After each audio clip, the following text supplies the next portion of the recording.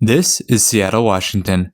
Serving a population of 4 million people, a network of light rail and commuter rail lines connects this U.S. city, servicing 39 stations across 3 counties. Consisting of 5 rail lines and 110 miles of track, the system connects various corners of the Puget Sound region, with trains and buses traveling from downtown to the suburbs. But how did the system grow from its original stations to the network it is today? My name's Zach, and this is the evolution of the network.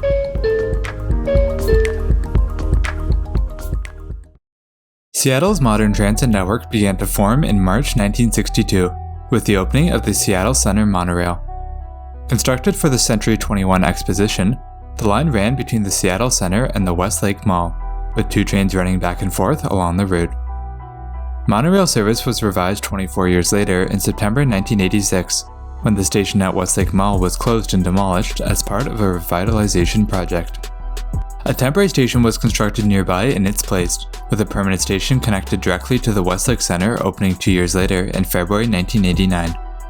An underground busway opened below Pine Street and 3rd Avenue the following year, with a downtown Seattle transit tunnel opening in September 1990.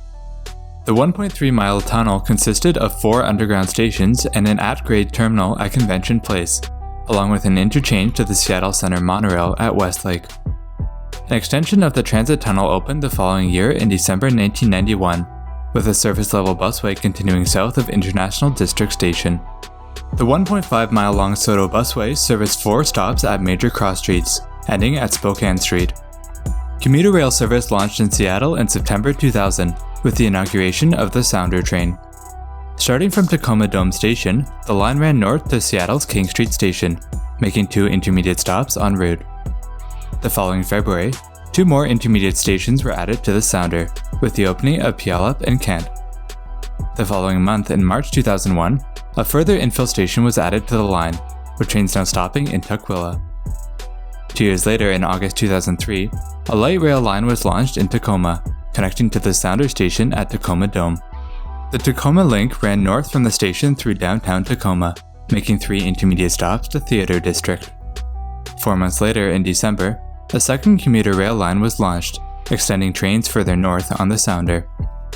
Running from King Street Station in downtown Seattle, the line traveled north to Everett, with a single intermediate stop in Edmonds. International District Station in the transit tunnel was renamed in November 2004, with Chinatown being added to the station name. 4 years later, in May 2008, an infill station opened on the Sounder North line, with trains now stopping at Mukilteo. Seattle's first light rail line launched in July 2009, with a central link running through downtown and south towards the airport. Starting from the transit tunnel station at Westlake, the line shared the transit tunnel with buses to International District Chinatown, before running parallel to the SoDo busway. From there, the line serviced 6 additional stations south to Tukwila International Boulevard, with a shuttle bus continuing to the SeaTac Airport. 5 months later, in December, however, the central link was extended 1 stop to the airport, replacing the temporary shuttle bus service. An infill station opened on the Tacoma Link 2 years later in September 2011, with trains now stopping at Commerce Street. Sounder trains were also extended the following year in October, with 2 more stations taking the line south to Lakewood. 4 years later, in 2016, 2 extensions of the Central Link were opened, adding new stations at both ends of the line. In March, an extension at the north end of the line took trains to the University of Washington, with an intermediate stop at Capitol Hill. 5 months later, in September, a 1-stop extension at the opposite end of the line took trains to a new stop at Angle Lake. Bus service in the transit tunnel was revised in July 2018, with the station at Convention Place being closed. The former station site was sold for redevelopment, with buses now exiting the tunnel using a temporary ramp after Westlake. The remainder of the transit tunnel was closed to buses the following March, however, with the tunnel now being served only by light rail vehicles. That September, the light rail lines were also renamed, introducing a more unified branding to the network.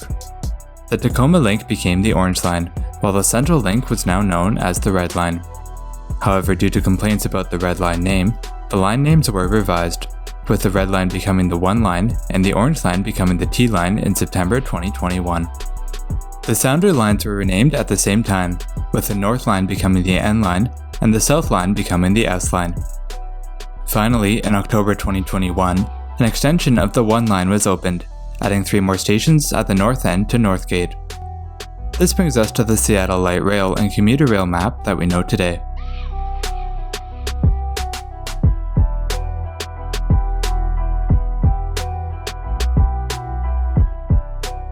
In the years to come, various expansions are planned for the Seattle light rail network, which will see new lines and stations open across the region. In May 2022, the T line will be extended further into Tacoma, with a 7-stop extension taking the line to St. Joseph.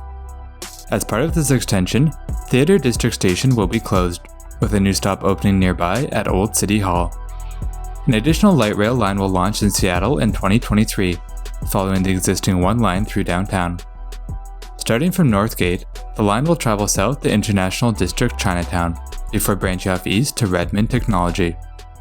An additional 2-stop extension of the 2 line will open in 2024, adding stations in southeast and downtown Redmond.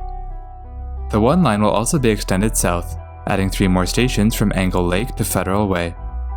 Additionally, a northward extension of both the 1 and 2 lines will open that year, adding 4 more stations to Linwood City Center.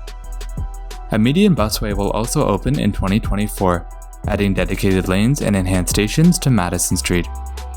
Being serviced as part of the Rapid Ride G line, buses will continue on both sides of the route, running from First Avenue to Martin Luther King Jr. Way.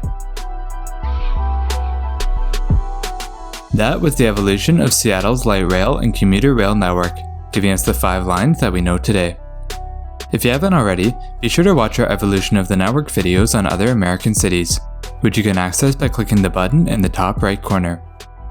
Don't forget to leave a like if you enjoyed this video, and comment down below to join in the discussion. My name's Zach, and I'll be vanishing underground until the next one.